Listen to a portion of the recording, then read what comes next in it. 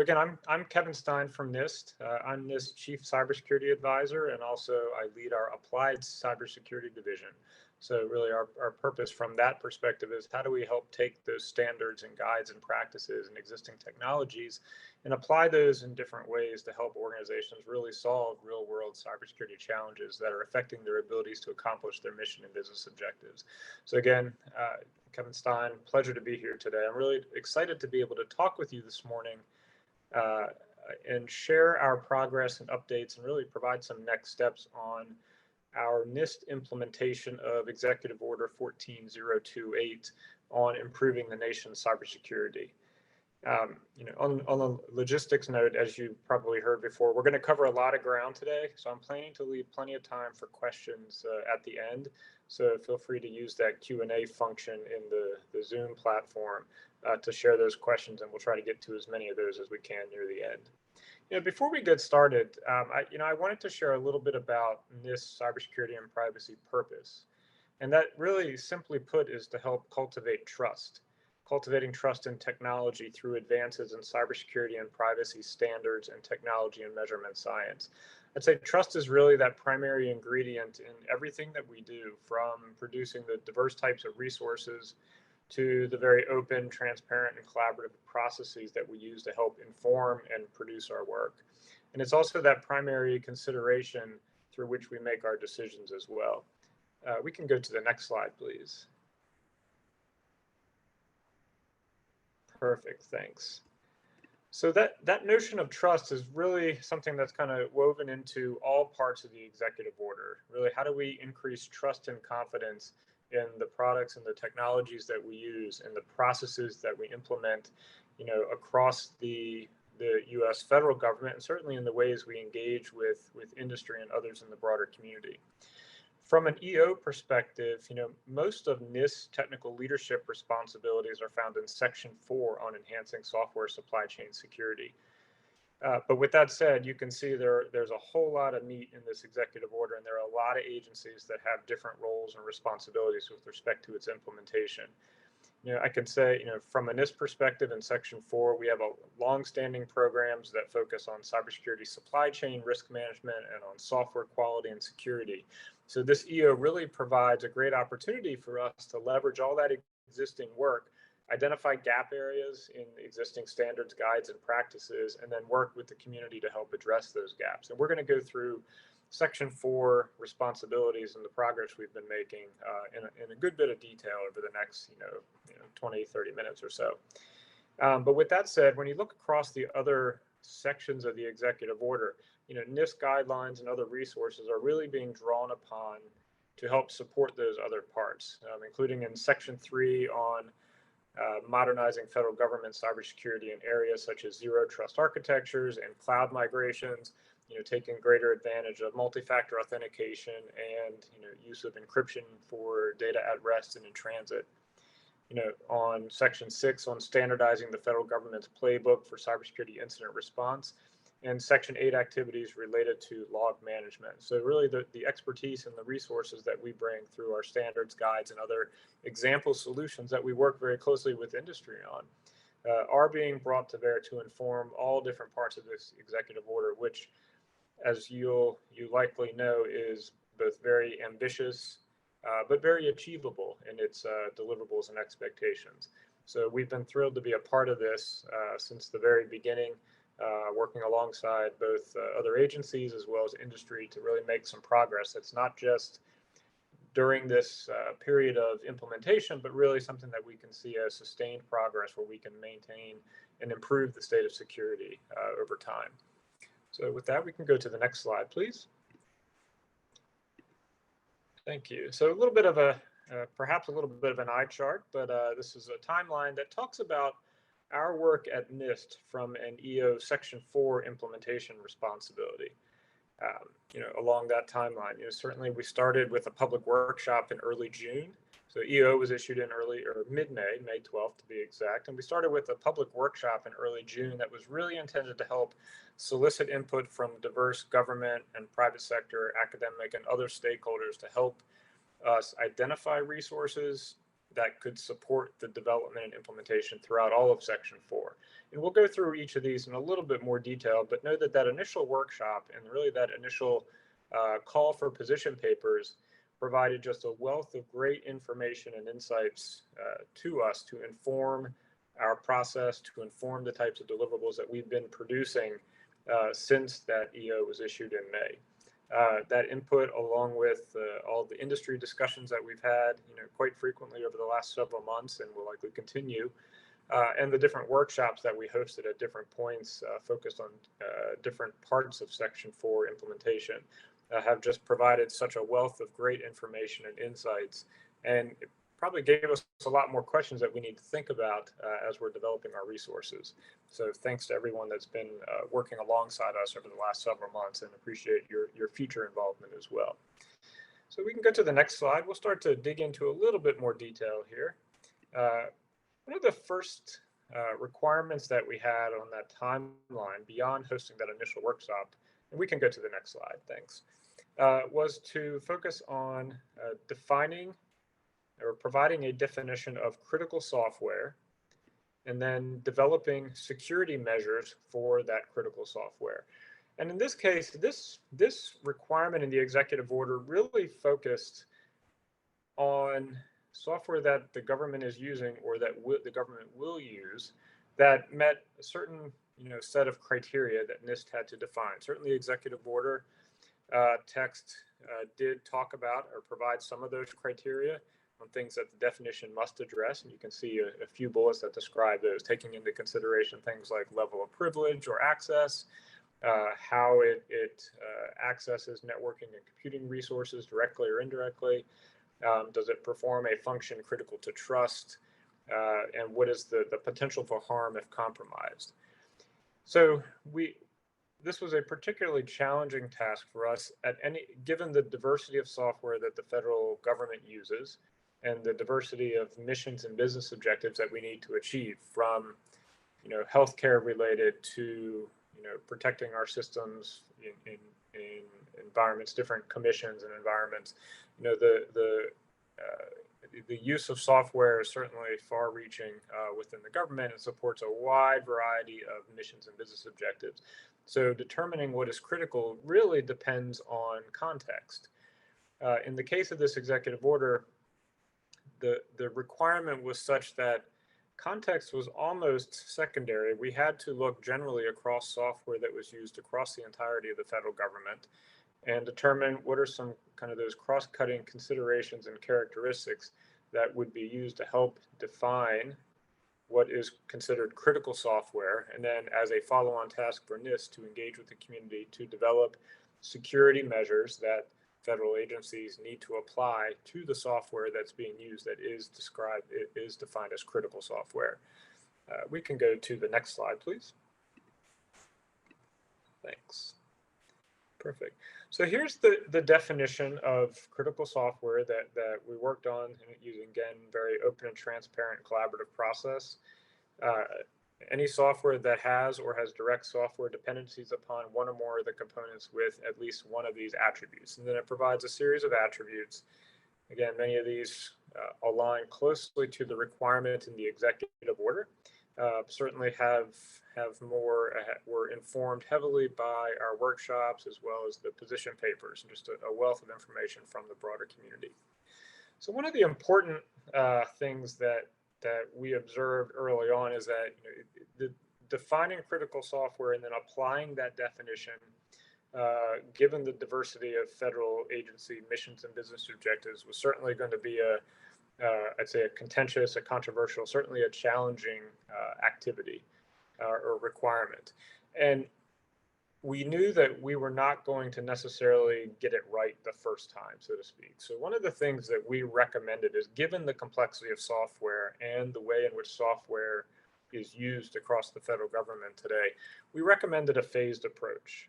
And we recommended that phased approach to our colleagues in the interagency, to the Office of Management and Budget out of the White House, which has that policy responsibility, as well as our colleagues at the Cybersecurity and Infrastructure Security Agency, or CISA, within DHS, who had follow-on responsibilities to then, once we issued the definition, to then produce guidance and policies around how federal agencies would procure and protect software that's defined as critical or categorized as critical.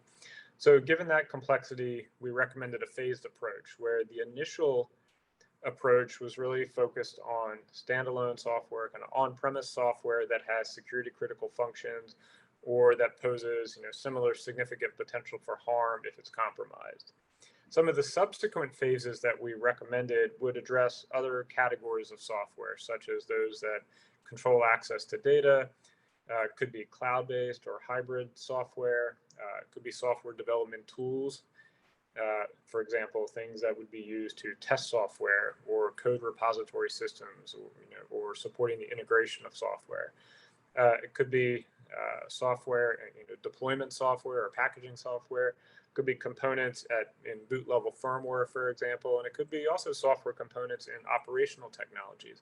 Again, we weren't just looking at the IT systems and the software supporting those types of functions, but it's also had to take into account operational technologies, those that are working in control system environments, for example, and the critical software that's needed in those environments.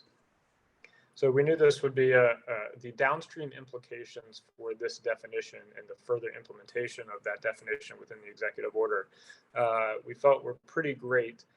So we definitely recommended that phased approach, and we're fortunate that our colleagues at OMB and CISA agreed with that approach and issued follow-on policies kind of codifying that phased approach. We can go to the next slide, please. Thank you. So here's some of the types of software that were captured in that initial list of categories of EO critical software. Again, identity, credential, and access management. I think that one was pretty clear, both based on the words in the executive order as well as all the feedback that we received.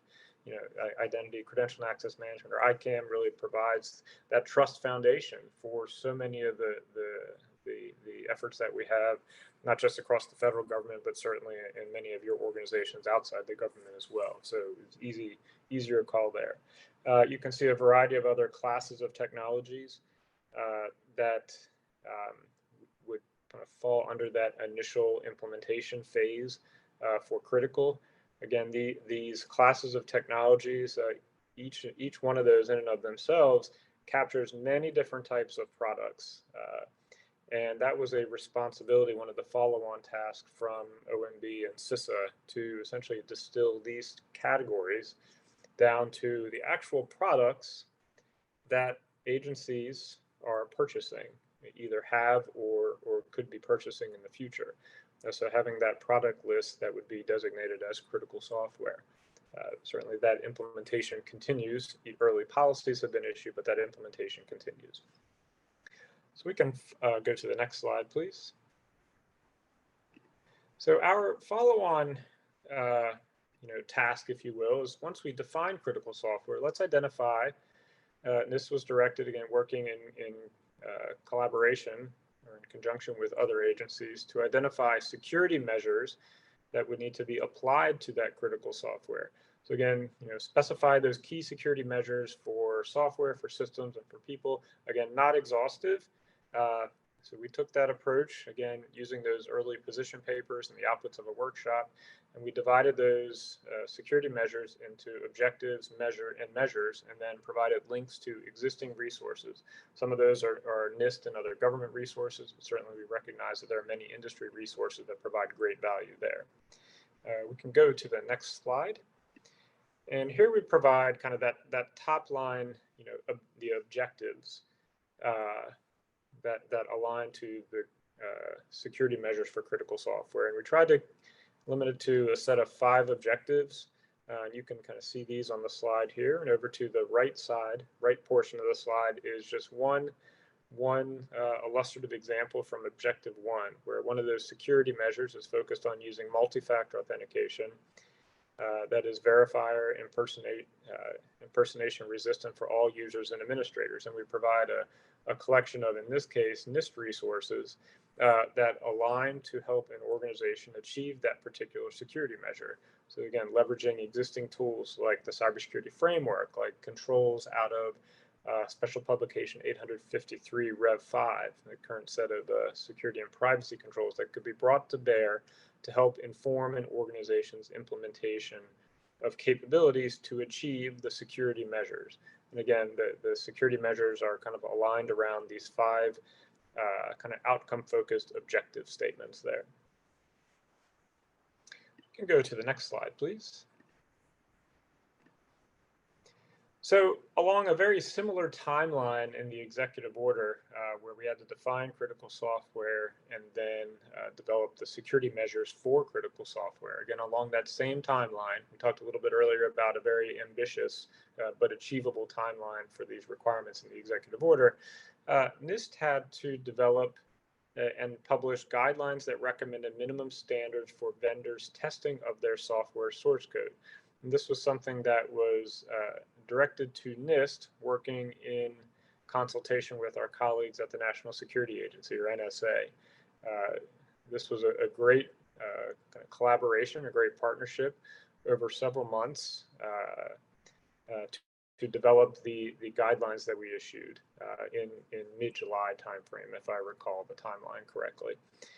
These were really intended, again, to provide minimum standards that are recommended for verification by software vendors or developers. We know that there's no single kind of verification standard that could capture all the different types of software testing and at the same time be specific and prescriptive and present kind of the most efficient and effective testing. Our approach, so that's very much kind of the approach we took, is what are those kind of those processes, those recommendations that we can make that if organizations followed those steps in the guidance or the guidelines, that could make a meaningful and potentially a measurable improvement to the security of software that's being developed through these types of verification techniques. And the fact that these should be based on and really reflected in secure software development processes. You can go to the next slide, please. And this will break that guidance down into a little bit more granularity. Again, on the top line points, we had 11 recommended minimums, minimum recommendations, if you will. I'd say we throw in a 12th on there. So the things that you identified through those 11, fix them, fix the bugs that you identify. Maybe that goes without saying in some places, but we thought it was important to say, don't just generate,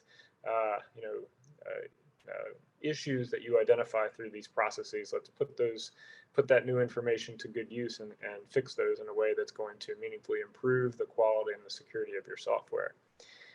So our resource, which was put out as a white paper, provides background and supplemental information about each one of the techniques, and you can see the 11 techniques in the bulleted list to the right.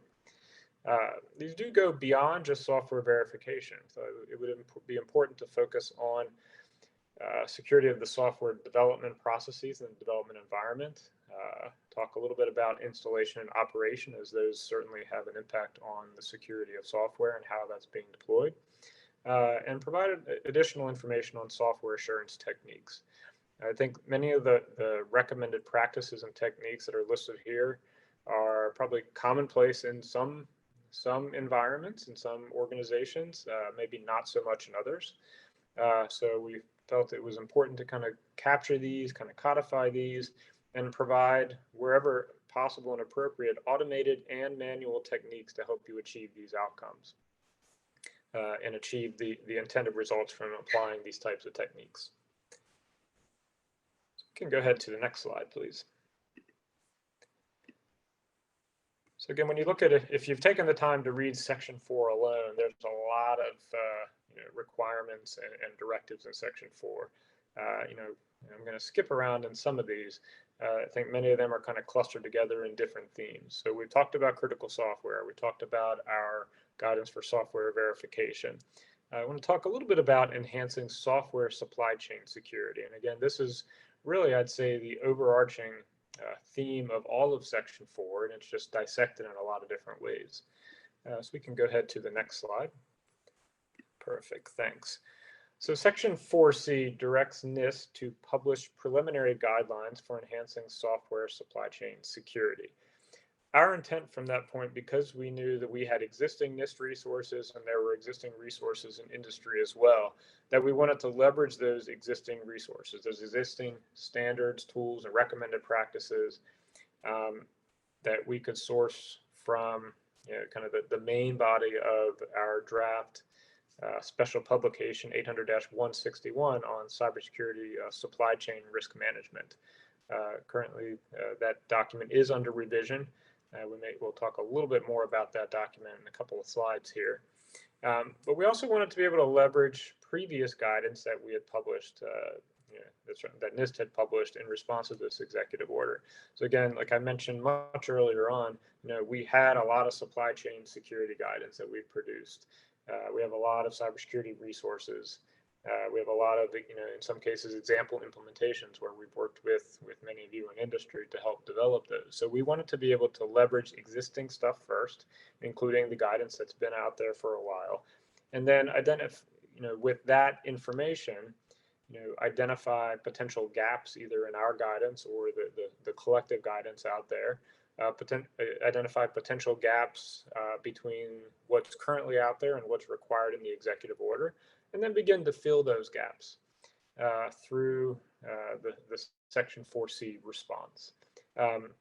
So we got just a tremendous amount of information from over 150 different position papers from different organizations that were provided to us in response to our Section 4B workshop that was hosted in early June. So just tremendous input, tremendous community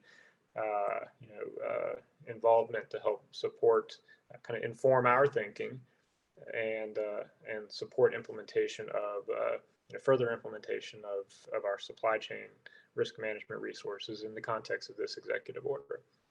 So we can go ahead to the next slide.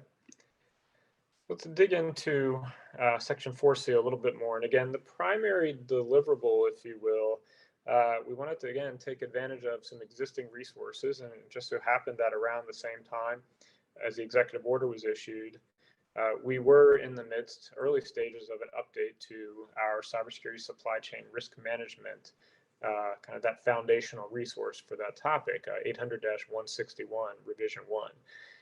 So we decided to kind of slow down on that review process or that revision process so that we could learn from some of the early activities in the executive order implementation, learn from the input that we can receive from the community, again, through workshops and position papers and other types of kind of one-on-one engagements, and then use that to inform new content or revisions to existing content in the current drafts of 800-161.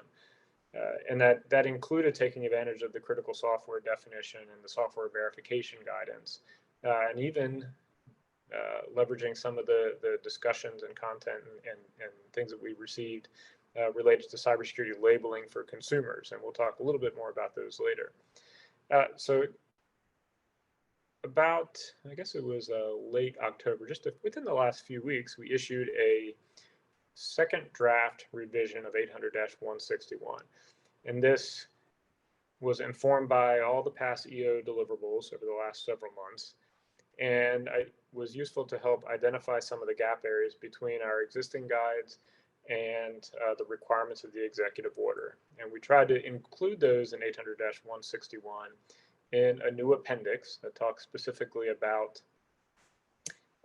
kind of the executive order in the context of this type of publication. So the purpose of that appendix is really to help provide guidance to IT, to cybersecurity supply chain risk management folks, to acquisition and procurement folks, and other functions that are important to help facilitate compliance with the relevant EO provisions. So we think that guidance includes applying the practices in 800-161 to suppliers, and where it's feasible, helping to adopt new software supply chain security recommendations that may have previously fell outside of 800-161, but we believe this provided a great opportunity to kind of infuse that logic into this update. So the EO's very broad-based directives are being addressed across a number of different, I'd say, public and private sector forums, working groups, and publications. And the appendix that we produced in the context of 161 really helped to focus exclusively on supply chain security guidance, again, across acquisition, use, and maintenance of third-party software and services. Again, now putting it in the context of Section 4. We can go ahead to the next slide, please. And we can go one more, thanks. Perfect. So while we're working on Section 4C, kind of in parallel, we have our response to Section 4E, where we are directed, this is directed to issue guidance that identifies practices that enhance the security of the software supply chain. And that included a long list, again, over this slide and the next one, and a couple more, I mean, a long list of kind of, core criteria or requirements that we needed to make sure our guidance addressed. Again, some of these are being addressed through 800-161, but I'd say in this context, we're leveraging our secure software development framework, which has been out for a couple of years as version 1.0, and we're in the midst of an update now, really stemming from the executive order. It was a great opportunity to kind of do that gap analysis between what we included in the SSDF version 1.0 and compare that to kind of inform and update based on any changes in development practices over the last couple of years, as well as informed by the requirements in the executive order. Some of those specific requirements are included here, that we're not just talking about the software, but also we're talking about securing the development environment. So the software development environment, which is critically important as well. You can see a collection of other requirements in Section 4E that needed to be captured there. You can go to the next slide. Again, in the spirit of, thank you, in the spirit of kind of leveraging existing resources and trying to modify or improve those first, kind of as a first part of our process, in this context made a lot of sense. So the SSDF, or the Secure Software Development Framework, we initially issued that in April of 2020. That was version 1.0. That was issued as a white paper, and we've since through the executive order, we're kind of upgrading that, if you will, to a special publication series in our 800 series of SPs. The purpose of the SSDF was really to provide that common language that would help describe fundamental, kind of sound, secure software development practices. Again, we tried to learn from not just our own resources, but from a host of existing industry resources and best practices, kind of pulling those in, identifying commonalities and potential gap areas, and then trying to capture those across a different taxonomy for the SSDF in a way that could be usable and digestible for any and all organizations that are both developing and using software. It does provide a set of 19 practices, and each practice has a collection of tasks, one or more tasks, and then implementation examples and references for each of those tasks. So really trying to get down to, not just the outcome you're trying to achieve, but what are some different tools and capabilities that you can leverage to help achieve those particular outcomes or those practices. When we did that initial gap analysis, we found that the SSDF did address much of what was already included in the executive order. And we felt that we could also just easily expand the SSDF to account for some of the gap areas. So we were excited to be able to leverage that existing resource that had already seen an exciting amount of uptake in the broader community. So being able to kind of inform updates based on the latest threads, different development techniques, and what we've learned through executive order implementation has been just a tremendous process. Go ahead to the next slide. So I mentioned that we upgraded, if you will, from a NIST white paper series to a draft special publication 800-218. This is the draft SSDF version 1.1. We released this one at the end of September and had that open for just about a month. In fact, the comment period just ended within the last week or so on November 5th, I think a week and a half ago. Through this, we got a tremendous amount of feedback from so many organizations and associations. It was terrific feedback to help inform this resource. We have added through this update a number of references based on the public input that we've received, including some different international standards, as well as different kind of industry approaches and implementation. So that's been tremendous. We really, one of the values that we try to bring to everything we do is really the degree to which we can leverage and align to industry practices and international standards. I think maybe one of the overarching objectives we have, again, in everything that we do, and certainly in the implementation of the executive order, is that it's great to focus on the federal government. I think that certainly provides some opportunities, but working closely with industry and really viewing this through a much broader global lens is critically important if we want to really see meaningful and sustained progress. So the degree to which we can work directly with our international counterparts through other governments, through international standards bodies, leverage those resources as much as possible, and work with many of you in industry that have strong international engagement and international footprints to be able to help carry this message and really help to inform our process, that we can't lose sight of that international importance. Now we can go to the next slide, please. So a little earlier, I had some of the requirements for Section 4E. Here are a host of others. And I think all of these have something in common, these particular requirements, is that they really do focus on how do we demonstrate conformance? How do organizations demonstrate conformance? And I want to bring it back to this notion of trust that I opened up with. How do we increase trust and confidence in the products and technologies, in this context, software, that we're using within the federal government, for example? So again, what are the artifacts and evidence that can be produced and shared with acquiring organizations to help demonstrate conformance to the different processes and the different guidance and guidelines that are included in our EO-related deliverables?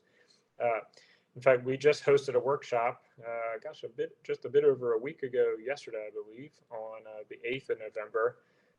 So that focused really very much on the SSDF and on the artifacts and evidence discussion. Trying to get informed and get smarter on the types of artifacts and evidence that could be generated and potentially shared, either through a variety of different mechanisms, including automated mechanisms potentially, and be able to help us, your feedback helping us to inform how we can reflect those in the SSDF and other resources that we can produce. So between that workshop, between the public comments on the SSDF that we've received, again, all very useful feedback to help inform our activities here. Go to the next slide, and then we can go one more. So labeling for consumers, both IoT devices and software. I think this is the last section, the executive order, that I wanted to focus on, but it's one that we've had a lot of industry involvement, a lot of product and technology developer involvement, and even consumer involvement over the last several months.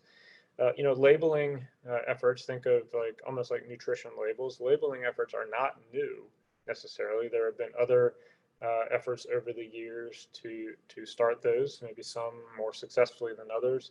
There are different kind of flavors of labels or label-like programs or certification programs for different products and technologies. And the EO directed us to let's try to make some meaningful improvement in this area of consumer IoT devices and consumer software. How do we help consumers, think you, me, our friends, our family, relatives, kind of the individual consumers as a primary audience?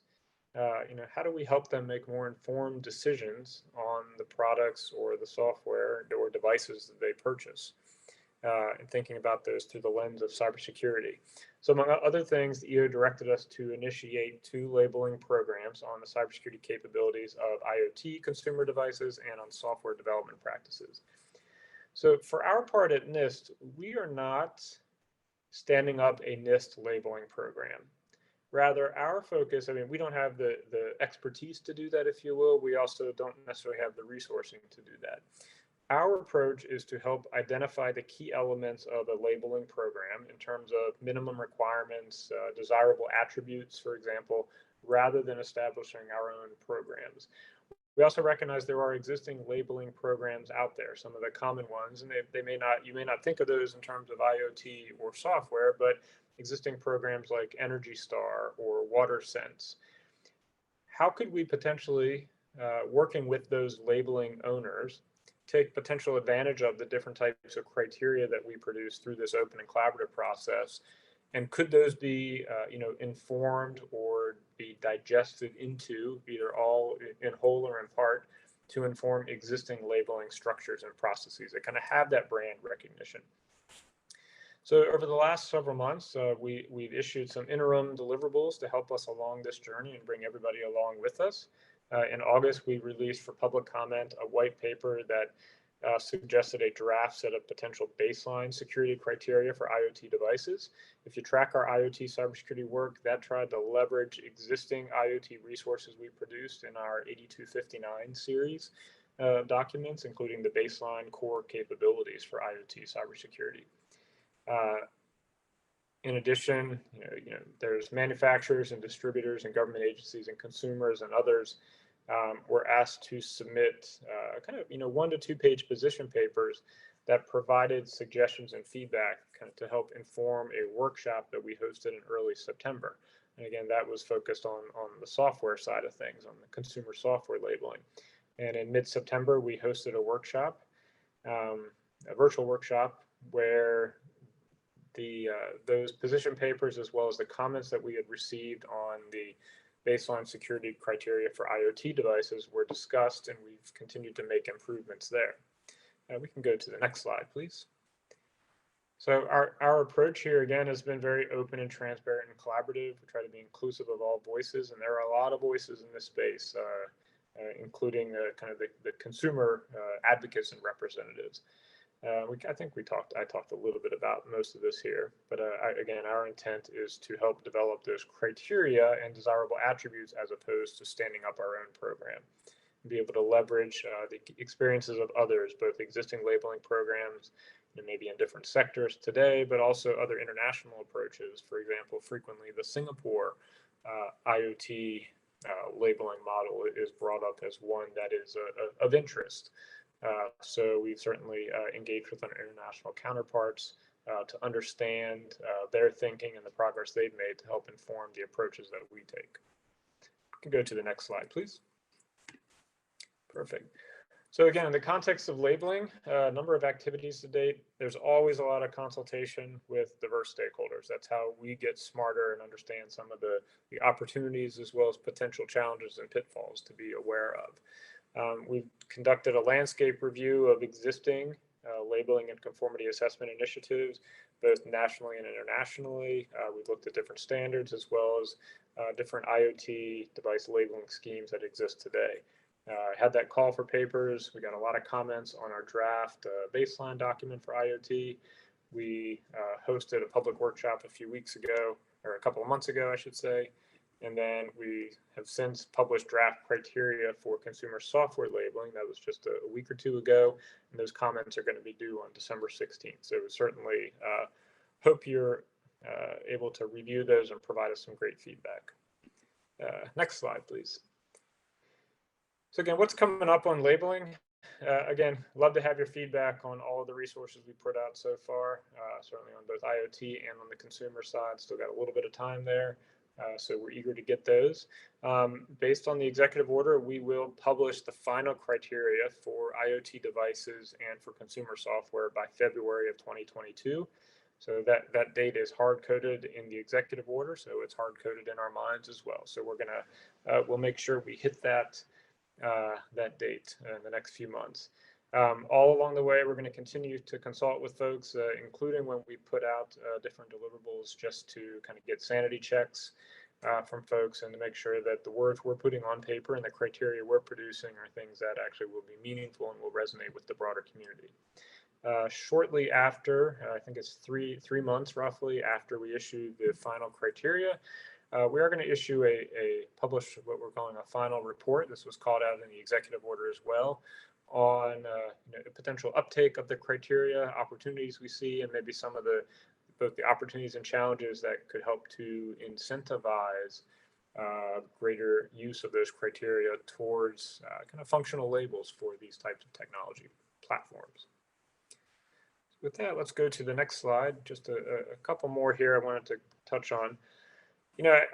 I've talked a little bit about, throughout all the executive order requirements, one of the objectives that we have at NIST is to see the standards and technologies really transition into practice.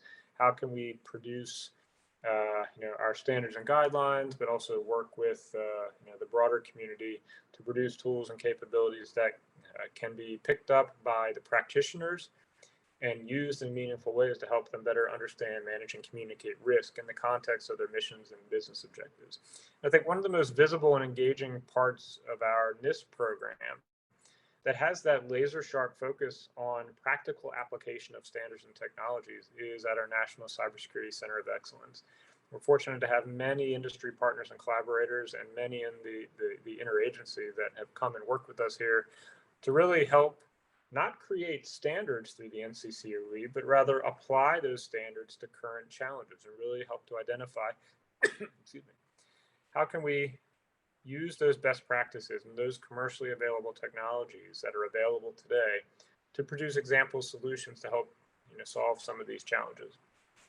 We want to produce or provide practical cybersecurity solutions. We want to increase the rate of adoption. We want to accelerate innovation. And we're able to do that working hand in hand with industry at the center. I think a lot of our work in the executive order will find its way and is already finding its way to the NCCOE, where we can take the guidance, we can take the different recommendations and the tools and techniques that are being developed and kind of infuse those into some of the projects where we can, again, work then with industry to demonstrate how these resources can be applied in real life settings to help folks transition these into practice. You can go to the next slide. So we have a bunch of current projects at the NCCOE that I think this community might be interested in. Some of these align very cleanly with the executive order, and others will certainly be able to leverage the executive order work in their implementation. Again, this is just a sampling of the current projects at the center. This includes both sector-specific challenges, such as securing industrial IoT for distributed energy resources, or genomics data, for example, securing genomics data, as well as broadly applicable technology platforms and cross-cutting challenges like 5G, zero trust, crypto agility, supply chain assurance, ransomware, and things like that. We have a lot of just great collaborations with industry on each of these projects and then some. So hopefully if there's anything that kind of scratches your itch or gets you interested, or if you have another idea that could be brought to bear to the center that we can consider embarking on together, we'd love to hear from you. Let's go to the next slide, and I believe this is my last one. Just a couple of links here for you to continue to engage with us. Again, the engagement from the community really helps to inform the work that we do. One of our important characteristics at NIST is that we listen. We want to hear from you. We want to listen, kind of digest that, and use what you have to share and inform our work. So a couple different links here that you can go to, including a link to the NCCOE, simply nccoe.nist.gov, to learn more about the suite of projects we have there, as well as different ways to engage with us.